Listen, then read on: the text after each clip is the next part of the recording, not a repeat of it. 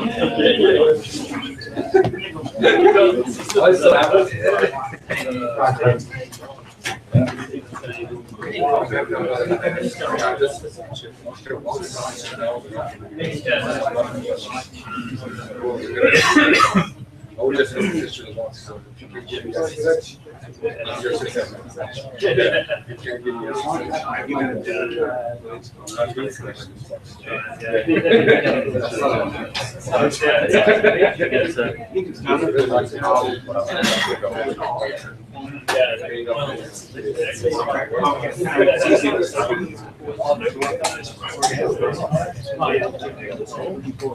can also use the handout one.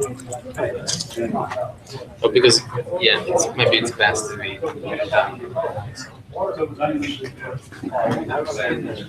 Yeah, I'll start a recording. Switch. So you have to give me like a minute between the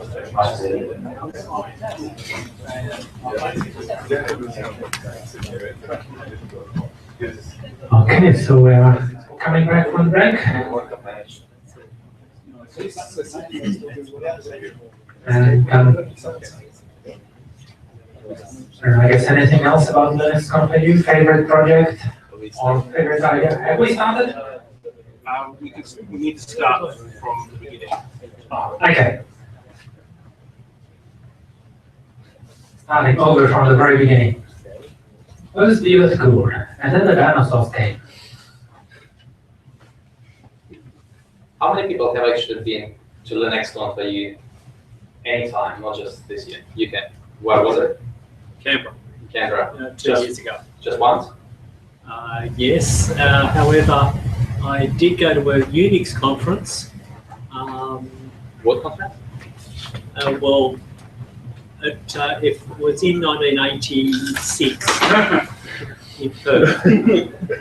What was it called? Well, it was just Australian Unix. Yeah. So Unix sort of. John, yes. Baby. And what about other Linux conferences? Like, there are quite a few Brazilians here. Like, have you been to conferences in Brazil, like Linux related? No, nothing. Has anybody else been to any other conferences that are open source related? You have? Yes. What was it? First in Iran, it was about also introducing the Linux to the. What was it? Linux where? It was in the University of the Tehran. The what? Tehran. Tehran. Okay. Is there a lot of open source in Iran? Yes, It is? open source branch. So the government runs primarily like on the open source? No, actually after that, they close that branch. Sorry? And after, sometimes they close that branch because of sanctions. Because of what? Because of sanctions. Sanctions. So they're switching towards like open source then. Yeah, there's been some projects. I'm also from the same country. Okay, right. Land of the Habibis, yes, from Iran. So yeah, there's been some projects to move everything to open source, and we are having a couple of national Linuxes, sort of, but it was never really implemented.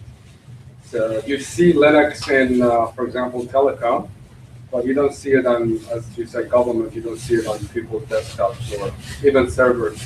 So does the government work with Microsoft itself, or is it just all pirated?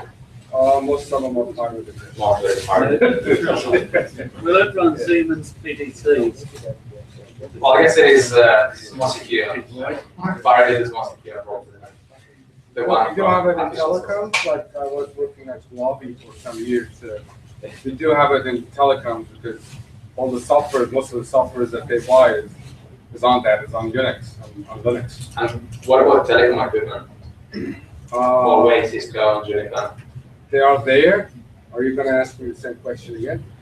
So they're not pirated in a sense that they definitely paid for it, but they are just middle companies, you know, like intermediary companies that buy it and ship it illegally there. So yeah, there's been some few pictures of our data centers around. The question was, why do you have these stuff in the first place, like F5s and whatever? So guess if there's already sanctions, what's Microsoft going Back to to do? the conference. Okay, yeah, sure. Yeah, you were saying you had a favorite project that you found out about? No, it was not. Talk about the conferences. Interesting. FOSDEM is coming up. FOSDEM is coming up in a couple of days' time. It looks like a really good one this year. What is the name of it? FOSDEM, What's that? Step. What's that?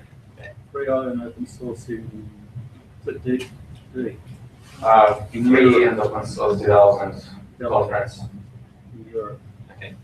But basically, are we recording? Okay. Oh, okay.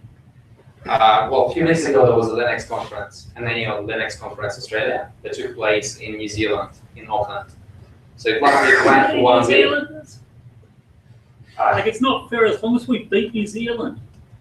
Let's invade New Zealand.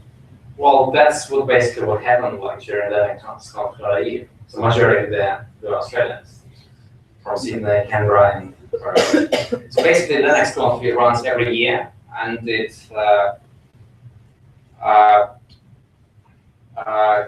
kind of collects for 1 week the people from all over the world. So Linux always comes up nearly every year, like cheap open source technologies. I think it comes up every year. There are very interesting keynotes that are given every year, like by the founders of the internet, founders of the Unix, and like creators of SendMail. So every year is very interesting. You can watch most of the talks on the YouTube. Basically, most of them are available. You can download them or download them from the mirrors of the Linux. I really recommend to do that. Really recommend. So the comment of FOSDEM also has all of this stuff.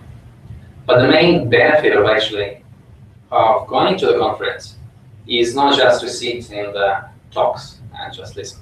The main benefit of actually going there is that you meet those people who write the software that you use, or maybe or that writes the software along with you, or work on the same project.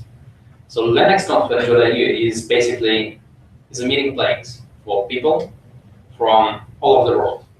It is the same people that come up every year. Plus, obviously, there is a lot of new people every year. Many people there that have been to the conference since 15 years ago and basically attended every single conference. I personally this was my 5th conference in a row, so I haven't missed a single one yet. And it runs every year in a different place. So last year it was in Auckland. Sorry, this year it was in Auckland. Last year it was in Perth. The year before it was in Canberra. Yep. Before Canberra it was in Ballarat, I think, right? I think so. Yeah, before Ballarat it was in Brisbane. So it changes place every year around Australia and New Zealand. So next year the conference will take place in February in Geelong, in Victoria. So this is mid-February. And the year after that, it will be in Tasmania. I really recommend you, if you do get a chance, and you can always get a chance, go there. For me, like personally, it has always been like basically, if I can't go to the conference, I'm quitting a job.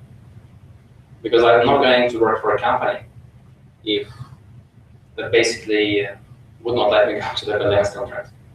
That's been my stake, and I pay my own for myself if needed, but I always go. So it's all about attitude. And again, the most important benefit of going there is just the people that meet. Besides me, there were a number of the people from Sydney. The team was one of them, right? Yeah. Do you want to tell anything?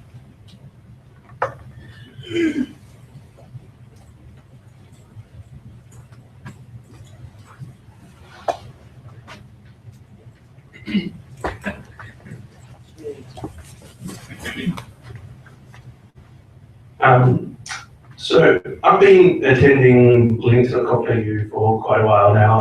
My first one was in 2004, and I've only missed one since then. So as you can imagine, they all start to blur together after you've been to more than 10. But this year's was pretty good as far as LCS go.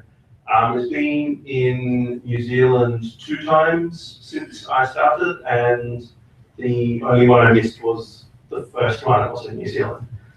As they were saying, the structure of the conference is the first day they had mini-comps. Mini-comps are basically like a full day dedicated to one topic. I didn't manage to get to see many of the mini-comps because I was working on the AV team, and we were trying to get video streaming working on the Monday, and so I didn't get to see much of the conference on the Monday. But on the Wednesday was the first day I kind of saw the full conference. But in the morning there were keynotes, and if you want to get fired up about why open source is really important, I recommend you go and watch Eben Moglen's talk. Eben gave the best keynote I've ever seen at a conference in 2005. That was my second LCA, and he gave this absolutely awesome talk that got like a 10-minute standing ovation type thing. However, that year, all the recordings were lost, so you won't be able to watch that version of that talk that he gave. So when he came back, we were kind of stressed. We needed to get this recorded because we lost the last one, and it was like one of the best talks LCA has ever had. So this year, it was as well very good. He got another standing ovation at the end of the talk, and you can kind of see why Eben is a lawyer. He is obviously really good speaker. So I highly recommend you go and watch Eben's talk. It will get you re-excited about doing open source and why open source is actually really important. So that's Eben's talk. That's on the Tuesday. As they're saying, the full video of all the talks in the conferences are up on YouTube. So you can go and watch them on YouTube, or you can download them from the Miro. To get to them, you go to Miro.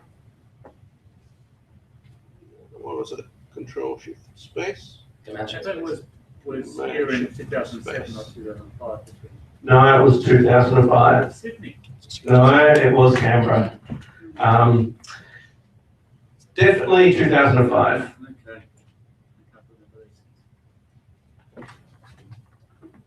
Okay. You go to Mira.linux. Helps you focus on Linux. linux.org.au. And that will take you to the Linux Australian Mirror. The Linux Australian Mirror has a directory called linux.conf.au, and actually has talks from going back as far as we have talks, but you can kind of see in 1999, we have like a couple of dead links to papers and stuff. But if you go to a recent one, like the Perth one, you can see that all the talks from Perth are up there as well. This will also, if you're like on Internode or IINet, both people provide local mirrors of this content, so you can even download it without using up any of your internet quota. Like Miro.internet, Miro.internode.on.net has a full copy of these details. So yes, I highly recommend it, and all the videos in 2015 are in high quality WebM format. So you can actually enjoy your talks about freedom using a free format, which I think is pretty cool. So what else was good? All the keynotes were pretty good. Bob Young, I was pretty skeptical about giving a keynote. He is known as one of the founders of Red Hat, but he's the business guy, not the open source or technical guy. His talk isn't really on anything, it's just kind of a bunch of stories, but it's kind of interesting to hear his take on it. You're not going to get super revved up about his talk at the end of his talk, but you're going to feel like you've got a lot of interesting history about something you may not have known about. Who here uses Red Hat? Anybody? Okay, so 3 people use Red Hat. This is probably a lot more interesting for you guys because you can kind of find out what Red Hat was about. My first distro was Red Hat, so definitely was interesting. Does anybody here interested in like how the Linux kernel works? There's a bunch more show of hands in the audience. You won't be able to see at home. But Jonathan Corbett almost every year gets a thing called the kernel report. And this is basically the last year, what happened in the kernel, who contributed to the kernel, how fast the kernel's changing. So even if you don't know like a super technical detail about how the Linux kernel works or anything like this, it can be really interesting because you can find out that, for example, Linus Torvalds is only like the 42nd biggest contributor to Linux now because he pretty much, you know, just merges patches these days rather than contributes patches. You can see like how fast we're doing per release and how much code is changing every release. So it's actually a really interesting talk, even if you're not super enthused about the technical side, because Linux is probably one of the biggest open source projects on the planet. And from looking at that, you can kind of see how they've managed to, like, despite growing in size by, you know, orders of magnitude, still able to put out a release every whatever the period is. I think it's 6 weeks, but it may be longer than that. I can't remember exactly. Going further along, David gave a really interesting talk on why displays suck. This DisplayPort MST, who here has like a really nice 4K monitor these days? Anybody? Before you get one, you should watch this talk because you'll find out why they're absolutely horrible internally. Turns out they're actually 2 displays pasted together. So that was a really interesting talk. I then went to Joel Stanley's talk. He gave a talk on one of my projects, so I was kind of obligated to go and heckle from the back because he was talking about. So if you're interested in FPGAs or video capture or anything like that, I highly recommend his talk because he talks about doing open source FPGA development. And as the previous person was saying, there's a whole bunch of social engagements, and one of them is the Penguin Dinner. The Penguin Dinner I'd really recommend because you get to hang out with all these cool open source people who are doing awesome things, and you can kind of find out what cool things they're going to do next, and maybe what they'll talk about in a year's time. Everybody's really friendly, so even, you know, people like Linus was just standing around chatting with a bunch of other people. It's not like he has, you know, paparazzi or any of these type of things around him. Well, he's a really approachable person. I've talked to him about some stuff. So it's not like anybody is going to, you know, bite your head off or something like that. So that was Wednesday. Thursday, I would really recommend David Rowe's talk. Who here knows how a radio works? Okay, everybody who hasn't got their hands up should go and watch David's talk, because David is basically talking about the fundamentals of how a radio works and how open source is making radio better. Like, radio kind of feels like an old technology, like ham radio people have, you know, like fears down to here and, you know, a bit funny.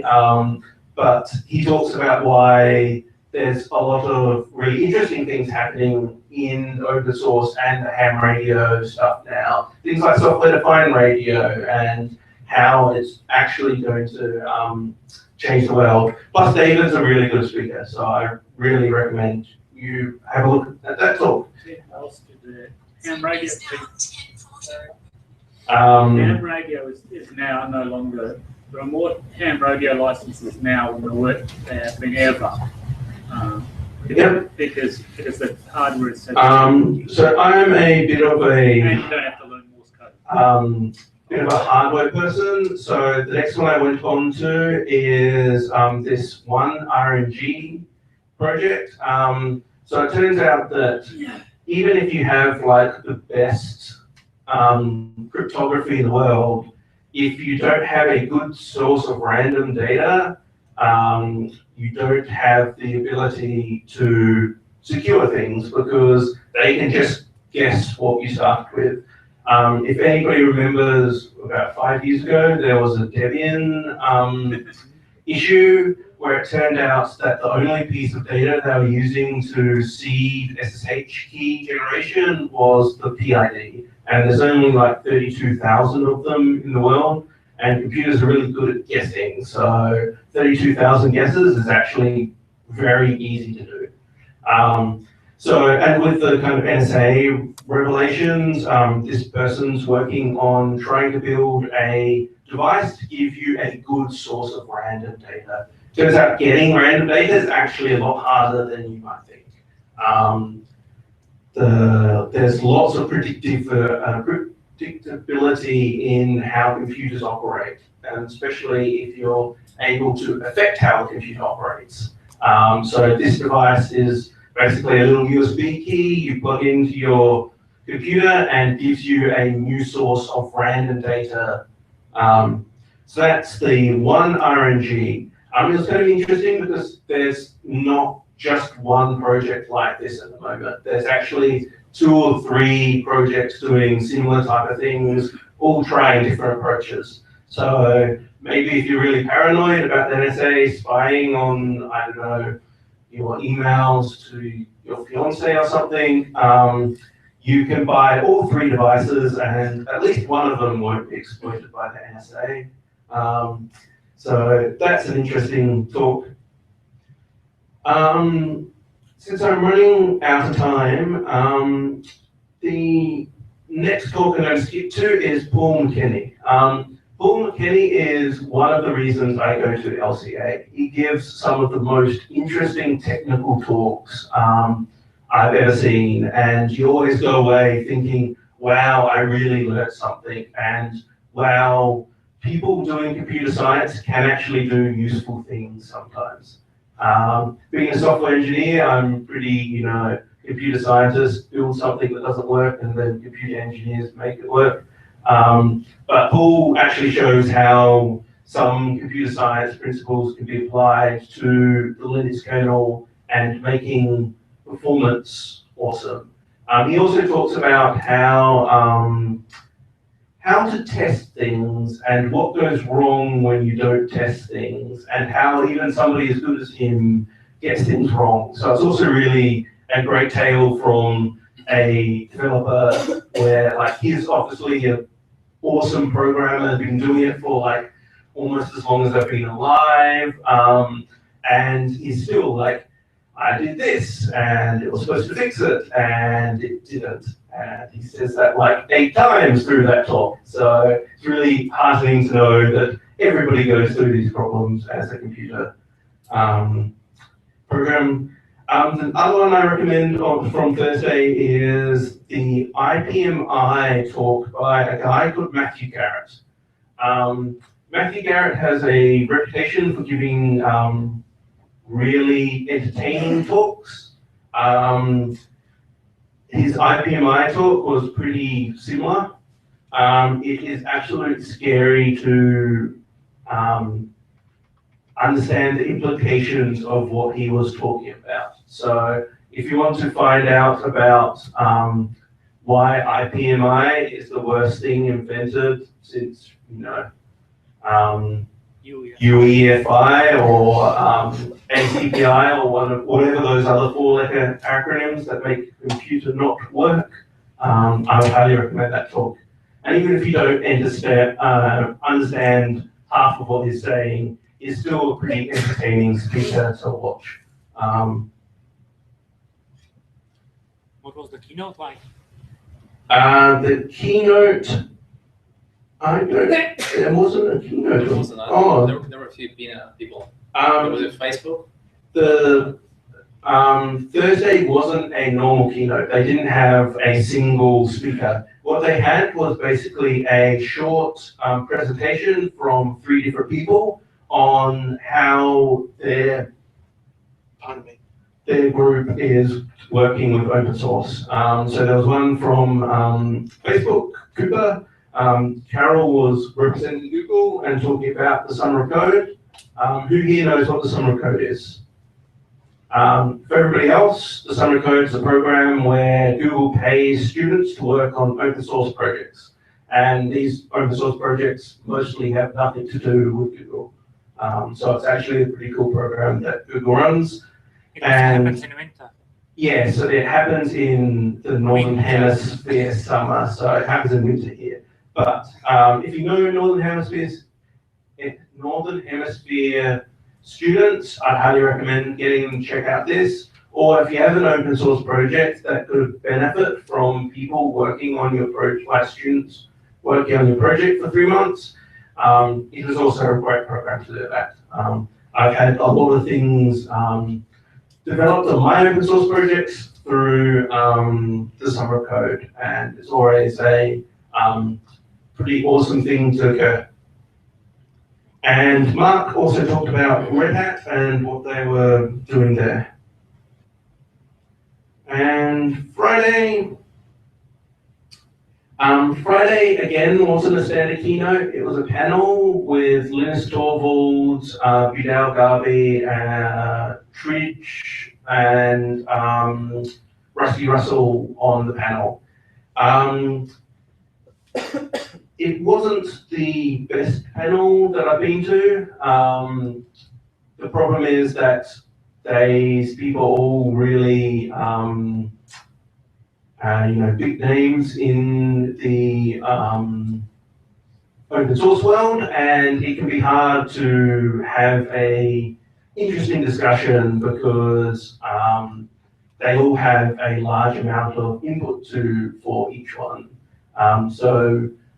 We didn't actually end up hearing a lot from many of the people in the panel. And it was only an hour long as well, which means you can't really get into much. So I don't think the panel would be extremely interesting to watch at home, but some people like that style. So if you do, have a look at it. What else? Who here knows what Bitcoin is? Rusty Russell worked on a project he called Pettycoin, which was the tagline, losing small amounts of money quickly. And it was basically trying to make Bitcoin, which is a cryptocurrency, fast for small transactions, so that you could use it in a similar way that you can use, the tap cards that you use to pay in Australia, to use cryptocurrencies to do that. His talk was actually on how he has decided to stop doing that, and it was really interesting from I took 6 months off to work on this project to see how it goes. Here's my findings from it, and here's why I'm not doing the project anymore, which was actually a really interesting talk. It is very technical though, so if you don't have a willingness to understand things like Merkle trees, it's probably not the best talk for you. But if you do, it can be quite an interesting talk. And also it covers a bit about some interesting things that are happening in the Bitcoin world that might make it more useful than it currently is. I'll just go through 2 more. The next one I went to was the Flying with Flying with Linux, Andrew Tridgell's talk. So who here knows what a UAV is? Basically, it's a little plane that flies by itself. This isn't a remote control plane, like there's no human sitting down the bottom, like directing it where to go. It is 100% autonomous. So basically, you press the go button, it goes off and does something, and then comes back. So Andrew, who again is a really good speaker, talked about how he is doing a fully open source control system for these UAVs, and how that was going, and how Linux was now one of the operating systems they use to run these flying things. And the last one I'm going to recommend is who here has an SD card? Pretty much everyone should be putting up their hand because they've probably got one in their phone or their camera, or pretty much anything under the sun has an SD card in it these days. Peter Chubb gave a really interesting talk about how all the SD cards are lies and telling you how they perform and what type of weirdness they do internally. Again, a very in-depth talk, but this talk could probably be followed by somebody who has no knowledge about file systems or anything like that. He does a very good job of it being both in-depth and being easy to follow. So I highly recommend it, and you can find out why that $3 SD card you picked up from the post office that they were throwing out doesn't seem to work very well, and why that SD card you bought that says like 400 times on it also doesn't perform very well either, despite paying way too much for it.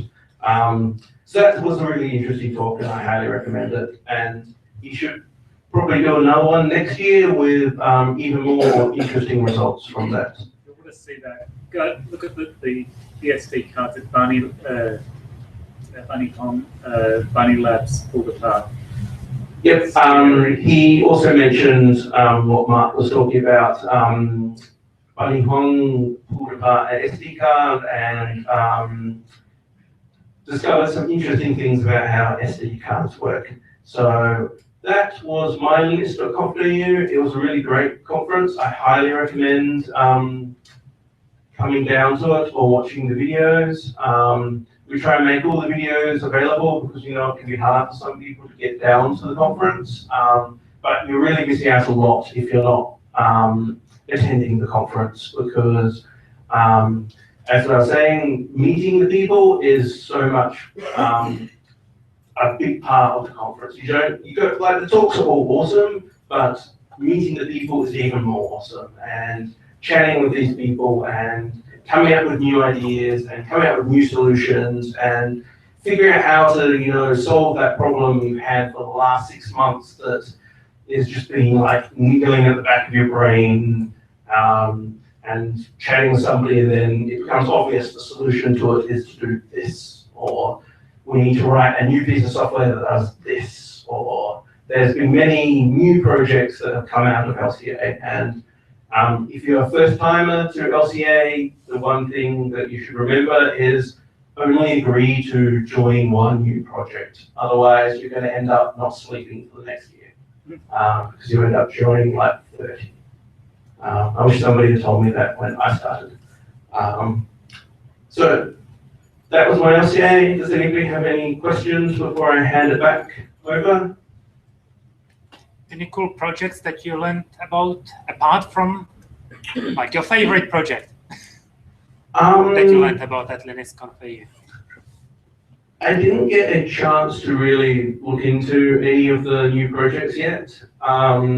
There's some really interesting projects for doing static analysis of the Linux kernel that look really cool. But I haven't had a chance. I've been quite busy since I got back, and have yet to have a chance to look at any of them. So yeah, and if you're doing something interesting, I highly recommend putting in a presentation into LCA. And if they reject your paper, don't think it's because you're the worst person on the planet. They reject 75% of the papers that get submitted, but we're always looking for the next interesting new project. And the best way to get a paper selected is to have a cool new interesting project that you can talk about, or cool new thing that you're working on. And then definitely submit a paper. There's some good things on the web about what you should do for a linux.conf.au paper. I believe Mary Gardner has put a really good intro into how to write a proposal for a talk. And LCA treats the speakers really awesomely. One year when I spoke, I got to get a sunrise hot air balloon ride as part of being a speaker. All the speakers did. So that was pretty awesome, very memorable. So yeah, I really enjoyed that, and I would highly recommend it. You say you've been to kind of Linux conferences, these Linux conferences for about the last 10 years. Yeah. What's changed for you over those 10 years? Has it changed when there's been a lot more commercial involvement, or what else is different for you? So the question was, how has linux.conf.au changed over the 10 years? And has there been changes related to how much commercialization and that type of thing? The thing is that the reason I keep going back is it hasn't actually changed much. Linux.conf.au is a conference run by the community for the community. And that means that commercial interests aren't the big players at the conference. It's the people who are there talking about the projects they are excited about, not projects necessarily they work on. I mean, there's a lot of people talking about what they work on, but there are a lot of people who are talking about what they're excited and passionate about. And that's what keeps me coming back to LCA, that it has this community flavor. It's gotten bigger. I think it was 400 people when I started, and now it seems to be about 700 people. But I still managed to retain that feel. As well, because each year is organized by a different set of organizers. Each year is slightly different and has a slightly different feel to it and a different things that happen. So no LCA is alike either. So yeah, that's... Where will the next one be? Well, repeating where the next one will be. The next one will be in Geelong, in Victoria. And then the one after that will be in Hobart. I highly recommend you book flights for both of them right now. And just going back to the way you can watch the videos, if you go to mirror.linux.org.au, you can download the files, or you can go to the YouTube channel, which is YouTube users or user.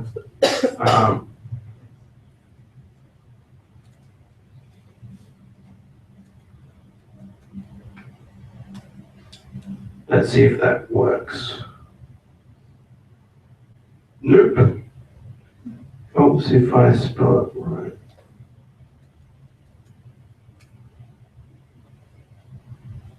So it's youtube.com/user/linux.conf.au 2015.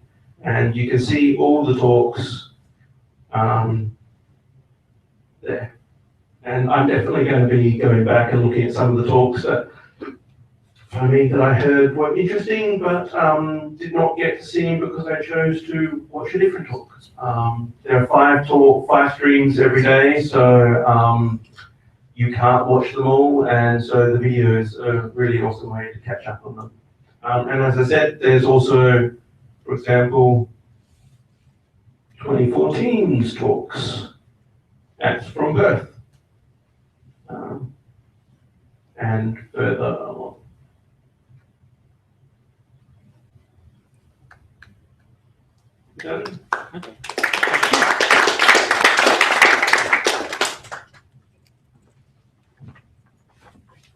Okay, thank you, Tim and Slish, for the reports from linux.conf.au. At this stage, it's what, 8:05 or something? I don't know. Do we want another short talk, or should we head off to the power? Before we go, one thing is there's been a leap second announced for the end of June. We've already had our first set of bugs already so GPS is now announcing the leap second. One of the joys of GPS, it requires a minimum of 12 minutes to get it. That's why for the first 12 minutes when you turn on your GPS, you've got a guess plate intensity. There are various little hacks done to try and get time in the first 12 minutes. Some of them are better than others. Joys of software is that it will always, if you can do something wrong, you can do it wrong in multiple ways. Plenty of people have, a number of GPS receivers have failed already. As soon as they applied the leap second, as soon as it was put onto into the GPS almanac. Some of them now have to be sent back to the factory to get fixed, including some nice new GPS DOs. There'll probably be another set of bugs at the end of January, because although you're allowed to have there hasn't been a leap second inserted except for in December and June ever. It's always been in December and June. As time goes on, the number of leap seconds will increase, so they've worked out that we'll have to have the ability to have multiple ones per year, and so there's secondary dates of March and September. The latest NTP code is hard coded at the moment to say, like, if it receives a leap second announcement for March or September, this is wrong, come back in another 3 months. So at the end of January, there'll be another set of bugs, as some GPS receivers take it at the end of every month. If given enough time, we'll have to be inserting them every month. There'll be another set of bugs at the end of March, and then hopefully we won't crash a third of the service on the internet. Why is the frequency of inserting leap seconds increasing? Because the Earth is slowing down. That quickly. So it's the Earth is slowing down. So the Earth's rotation around its axis is slowing down relative to its rotation around the Sun. People have put too many hydro plants up, or been too many. Actually, it's probably more the case that hydro plants were the 1950s problems. These days, it's the Earth rebounding as the glaciers melt. They measured it like in the middle of the 19th century. So yeah, it's basically that we had a really bad time leading up to 2000. But it didn't matter then, because most people weren't. You didn't have high frequency trading. But one to the nearest second was fine. To the nearest minute was great. So that's at the end of June, in the middle of a trading day? Oh yeah, and it's the first one ever that it's going to be in the middle of a trading day. And in Australia, it's going to be at 10 o'clock in the morning. Yeah, it's the first one ever that's ever been on a non-public holiday or a Saturday.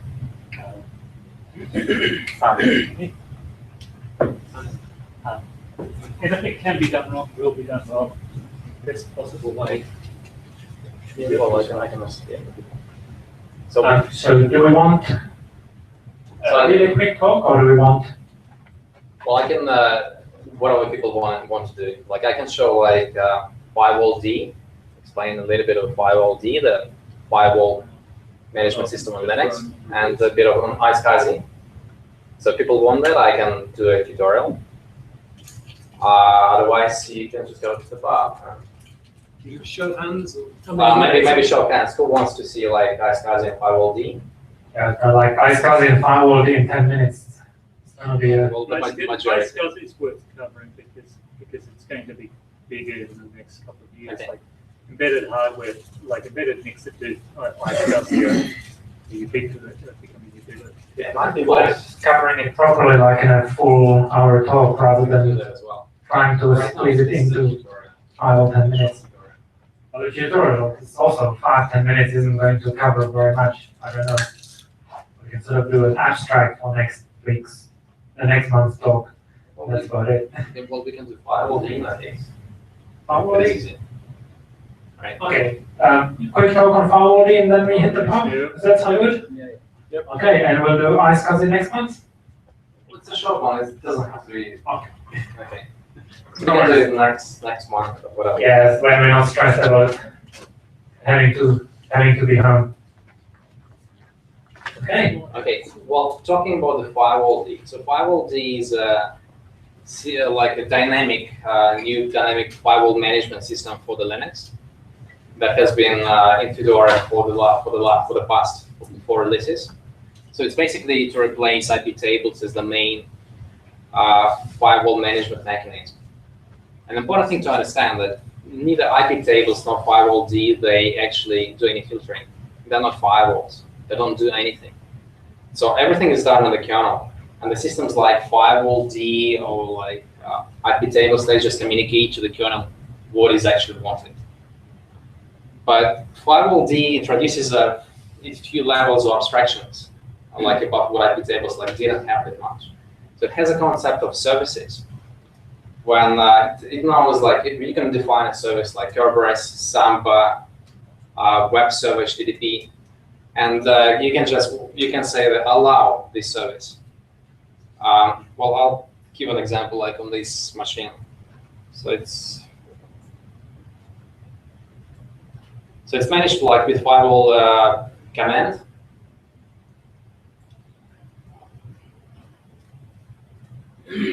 And there is an auto completion, so you can get like auto completed. What are you looking for?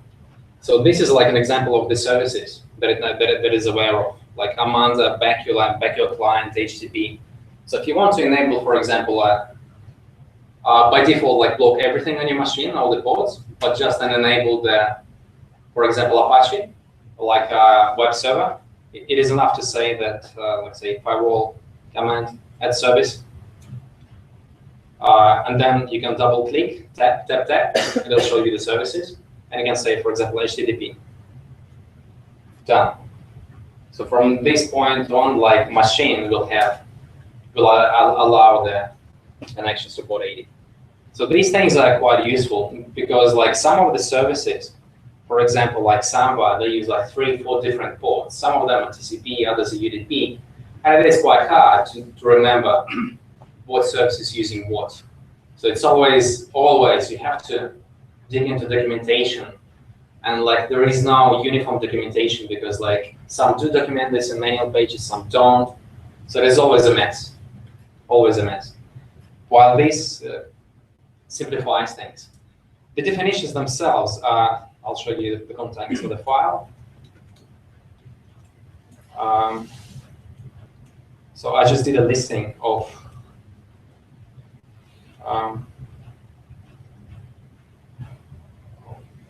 all the service of all the files owned by the package.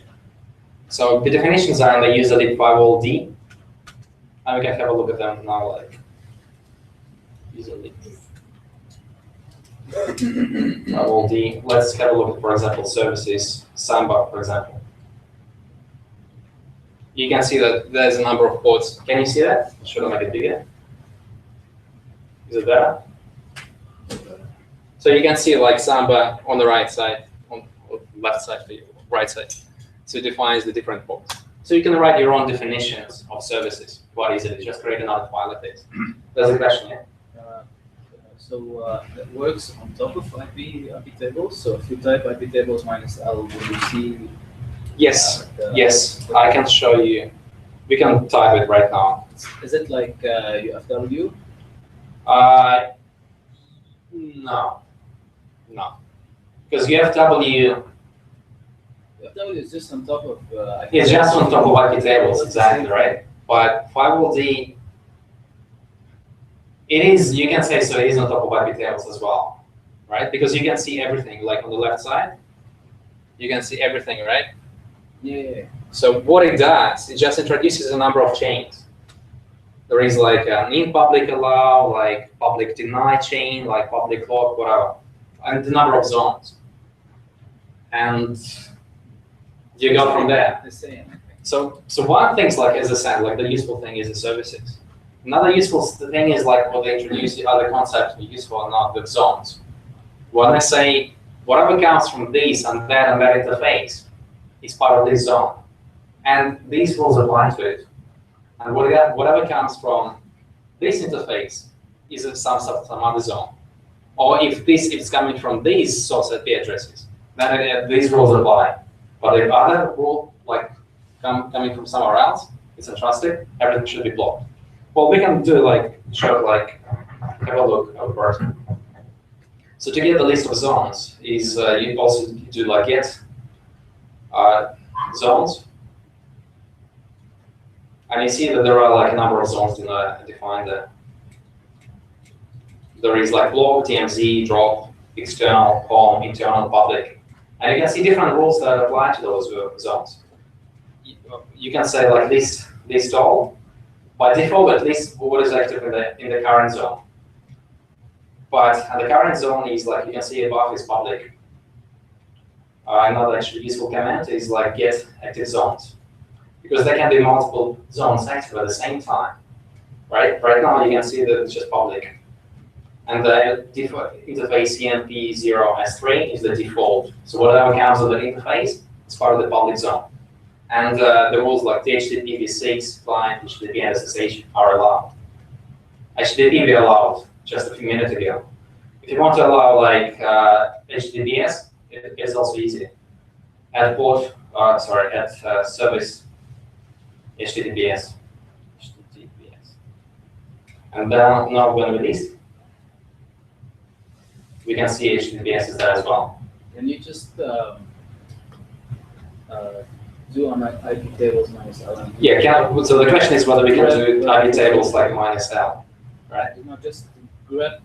And now we can grab for port 3. Yeah. Okay, well here you can see it.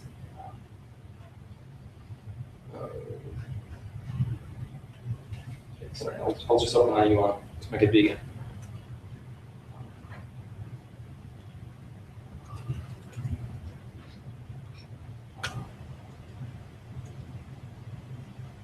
So here's 4.3. So it's part of the chain like in public allow. So there are like a sort of intricate system of chains. And what they do is basically, you can see it through IP tables. It just like makes it much more difficult. So if I stop firewall-D, then IP tables becomes like easy and small. Oh, it removes all of the yes, rules? but flushes that's correct. Well, same as IP table service. When you stop IP table service, all the rules are flushed. But well, if you basically stop the firewall, right? So another these are two good things about it, right? So like concepts of zones, concepts of services. For example, if you want to block a certain address, it's quite easy to just add it to the drop zone or reject zone. We can do this, for example. I have another machine, and let me, that has IP address like 10.10.1.2, right? And the server has an IP address of 10.10.1.1. So right now, I can ping 10.1.1.5, right? Pinging 5. But what I can do, I can add that IP address to the reject zone. Add source 10.10.1.1.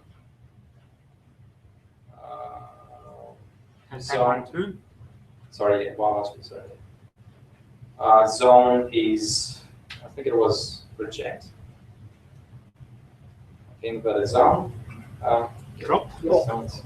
Well, drop. I don't want to drop it. I just want to kind of reject it. So it's called block.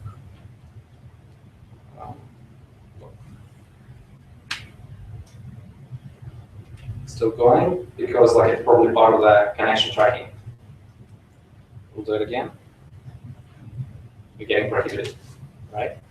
Again, if you want to, if we do the listing again, get active zones, you will see that another zone is active. Now, it's not just public, but also the block zone and has its sources. By default, whenever you add an IP to a zone, it will activate it. Yes, so we can change it actually another, yeah. We can change it from this zone to another zone. And the same with the interfaces. You can change the interface from one, like change source. We can change it, for example, from 10, 10, 10, 1, 2 to the zone, for example, drop. So now, you don't see any rejects, anything. Everything is just drop. So these things are easy. So you can basically specify whatever is coming. Like when this interface has these rules, whatever comes on that interface has those rules. At the same time, like the management, the command line is a little bit tricky. Well, I would say, yeah, sorry. So are all those zones, the drop and the block, are they all provided by default? Or have you Yes, they're all by default. But again, you can specify your own ones. It is quite easy. So like as I have shown, like, so in the var, what was it like? Good. So there is definitions. Yeah. It's a share firewall D, I think it was. user name? Yeah. User lib firewall D. So there are zones there, right? Here are the zones. So we can have a look at like block, which says reject, targeted reject. If you look at the home, it has a definition of services. So you can write your own one easily. So these things are easy. But it's very easy to do very simple things, like for everything. But it's very hard, it's much harder than, well, harder than with IP tables to do a little bit more complicated things. But for that, it has a concept of, so normal rules, like what we saw, when you just add a port or a service, but you can't have any complexity. So you can't say it's just for these sources or for that. Well, yeah, only if they come from this particular source, you want to allow them access to the iSCSI or whatever. You can't do that, like with this simple one. But there is another thing called bridge rules.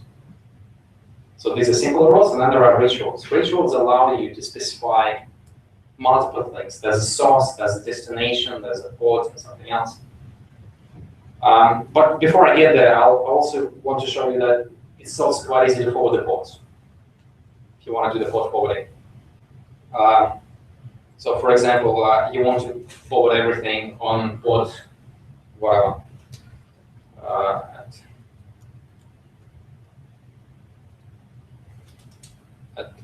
Okay.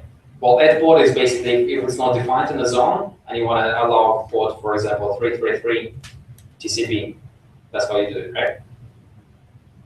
As you can see.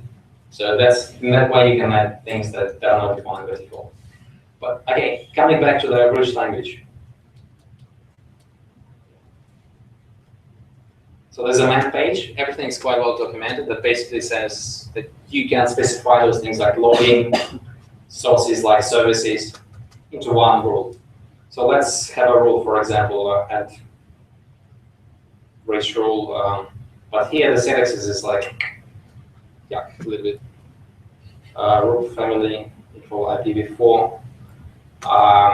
Source address equal whatever 10, 10, 10, whatever 2, 24. You can do like 0 or 24. Service name is whatever HTTP. You want to log it and you want to accept it.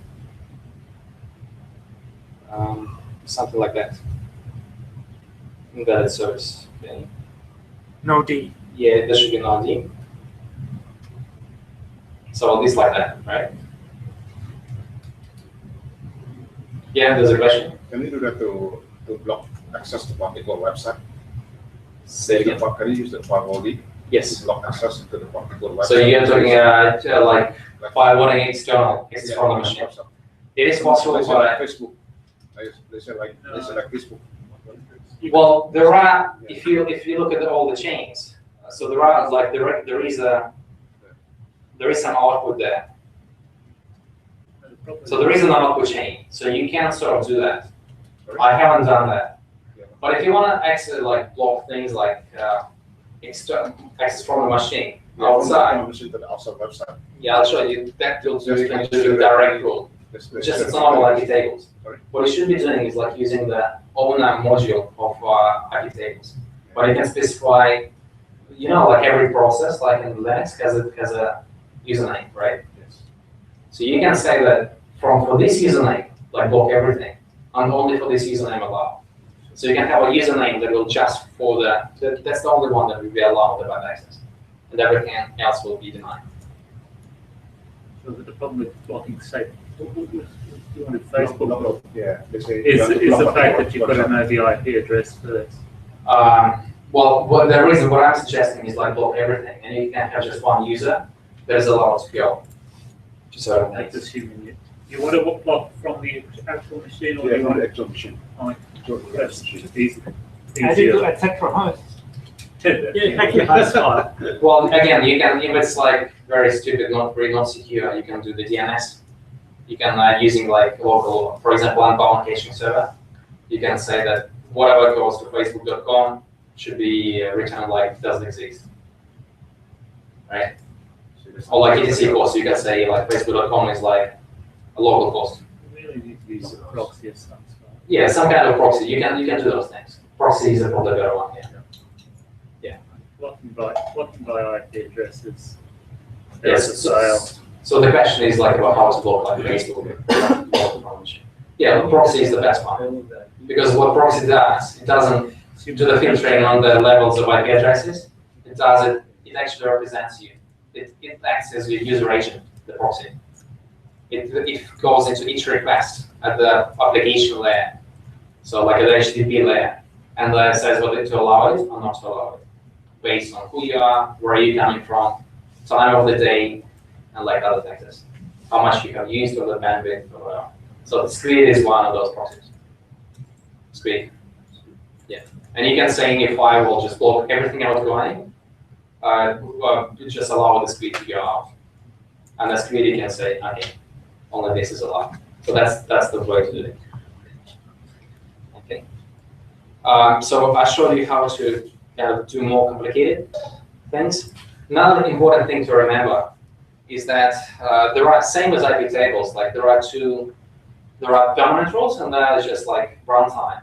So by default, this is all runtime. So if I restart like firewall D service,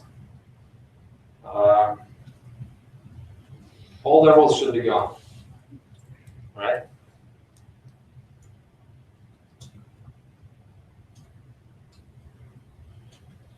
So you see everything is gone. HTTP is gone, HTTPS, everything is gone. It's just like the same as IP tables. So either you write configuration or you don't write it. Another good thing about firewall D is actually when specifying your rules, you can set, like for most of them, you can set a timeout. So you want a rule to be active just for 30 seconds, for 1 minute. This is like especially important when you are doing configuration remotely. And anybody who's been doing system administration has logged themselves out, I'm pretty sure. Like when you log in, like do some firewall changes, and then you, oh, gone. You did something. And you have to get like either go to the data center, use some other band management, or like call somebody else. You don't have belts and braces. You're not really trying. Yes. So the band will save you. So basically, let's try this. Like add a rule, the same, but we'll say timeout is for our 10 seconds, right?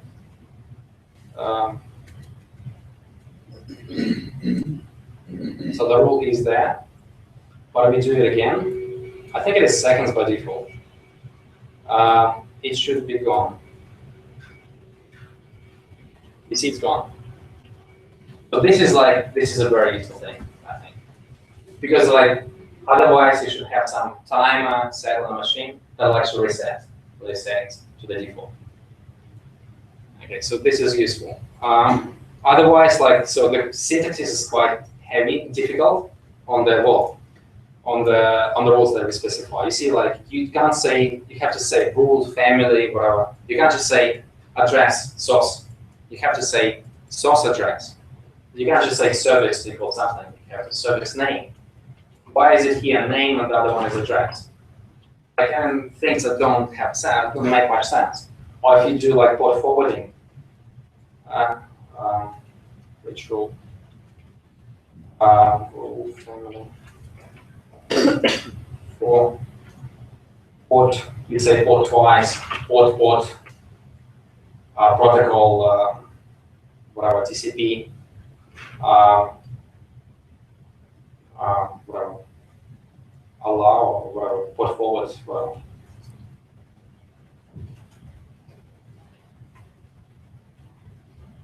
And you can't specify more than 2 services at the same time. You can't specify 2 addresses, source addresses. What does it say? For port and port forward. Yes, port equal, yeah, thank you.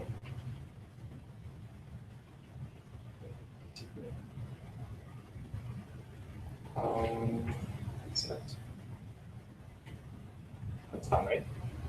Well, anyway, so it'll just take some time to get used to these intricacies. Some of them don't make much sense. But in the end, the good thing is that they also provide an interface to the direct normal IP tables rules. So you can use the same IP table syntaxes. But that is called not direct, that is called direct, sorry, yeah. When you say for command, direct, and then you can add basically kind of normal rule. Add rule. Here, I think in the beginning, we specified 4. I'll try it again. 84. Field input, or if you like 3. TCP. Destination port 777.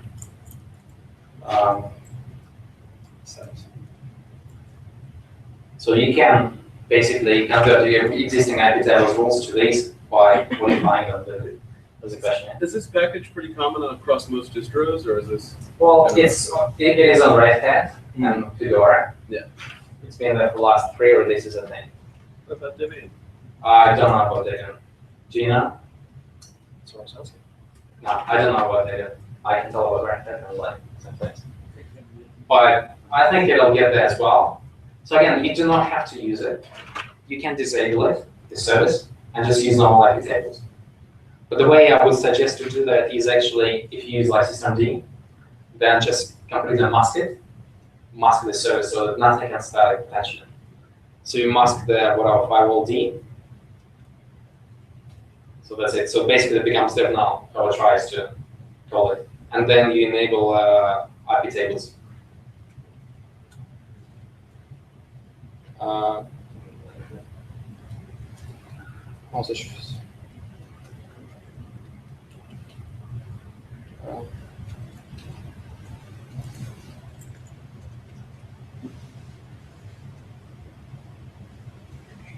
That might be it.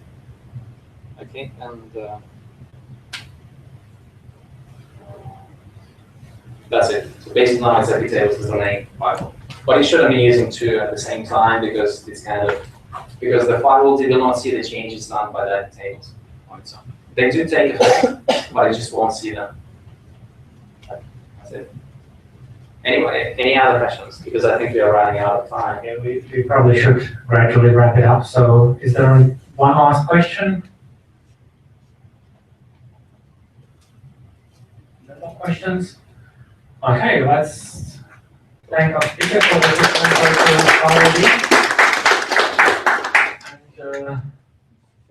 Next month I can try to show like iSCSI tutorial with firewall decompose as well. yeah, that will be on the. So exporting the block storage from one machine, like a SAN, and to other machine using just Linux.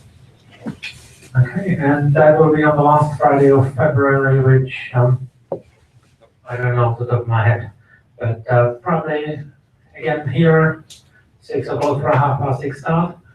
And right now some of us are going home and some of us are going to the pub, which is usually the Permanent Bridge Hotel, which is next to the bridge that used to have monorail on it, but doesn't anymore. So it's not really a very good way of describing where it is. 27th of February.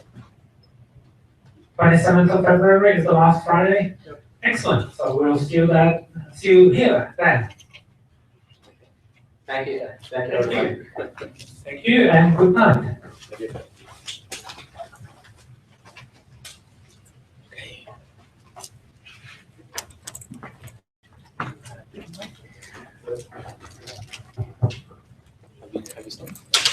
Yep.